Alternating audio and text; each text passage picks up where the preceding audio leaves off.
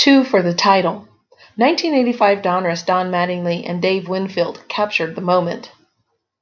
The 1984 season was a magical time for many in the game, one that provided us many refreshing surprises, as you could rightly ask for in a simple game.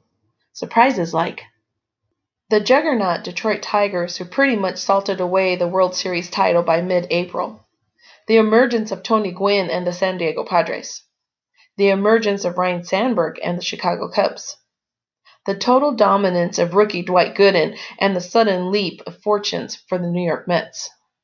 It was pretty much an amazing time to be a fan, and the hits just kept coming all season long, like Pete Rose coming back to Cincinnati as player-manager of the Reds in August. And on June 3rd, the season took a turn that would crank up the heat in baseball's biggest market.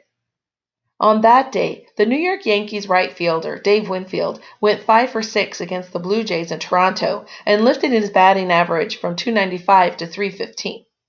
Now, the Yankees themselves weren't going to gain much attention other than they're the Yankees, as they jockeyed for position way behind the Tigers in the old American League East.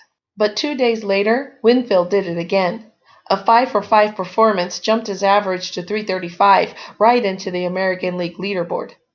Waiting for him, not only in the neighborhood, but in the exact same house, 335 Big Stick Lane, was Yankees teammate Don Mattingly, a second-year first baseman who no one really knew at all, but who had his own BA bouncing between the 200s and the mid-300s all spring.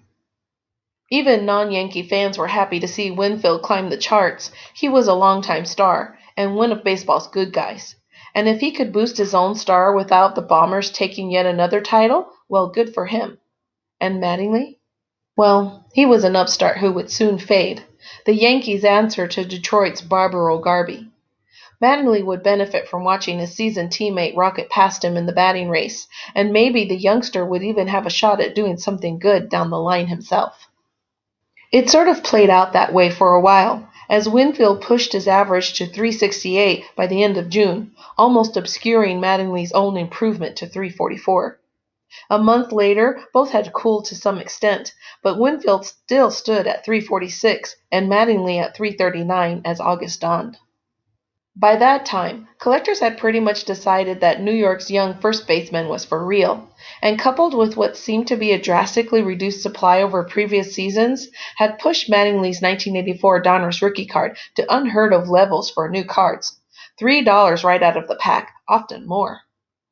Over the next few seasons, as Mattingly's star continued to climb, that rookie card redefined hobby boundaries and fueled the 1980s boom, right alongside that Mickey Mantle and Pete Rose rookies.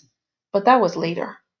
As the 1984 season entered the dog days, Winfield and Mattingly settled into a friendly battle. Both men maintained averages in the 340s throughout August, with Winfield occasionally jutting into the 350s and Mattingly dipping to 339 a couple of times. On August 19th, though, Mattingly went 3 for 5 to raise his mark to 342 and set it on an upward trajectory over the next week or so, before a slight fallback left him at 349 at the end of the month, still 3 points behind Winfield. September did little to clarify the picture, as both men more or less stayed the course, though Winfield did open up a 10-point lead, 352 to 342 on September 16th. But Winfield's average fell steadily over the next 2 weeks of the season, while Mattingly just sort of stayed where he was.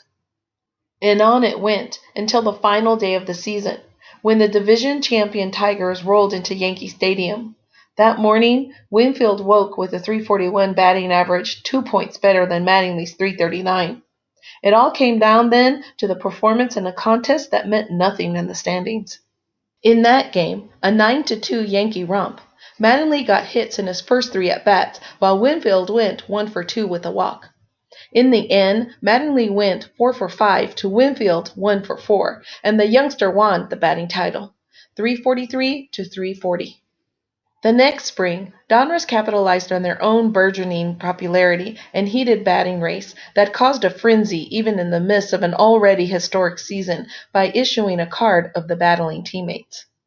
While 2 for the title may seem corny and gimmicky to today's collectors who weren't there to experience the thrill of the moment, it was an immensely popular card right out of the pack, an instant classic from the love them or hate them black-bordered 1985 Donruss set. And true to its hobby mores of the day, the card can be found in one of two variations, with player's name in yellow or white letters. The white letter version is more common of the two, fetching $10 to $15 in PSA 9 condition and $65 or more in PSA 10. The yellow letter beauty, meanwhile, brings in around $50 in PSA 9 and often north of $100 in Perfect 10. Fitting, as you couldn't have asked for much more of a perfect batting race than the one Mattingly and Winfield waged in that sweet, sweet summer of 1984.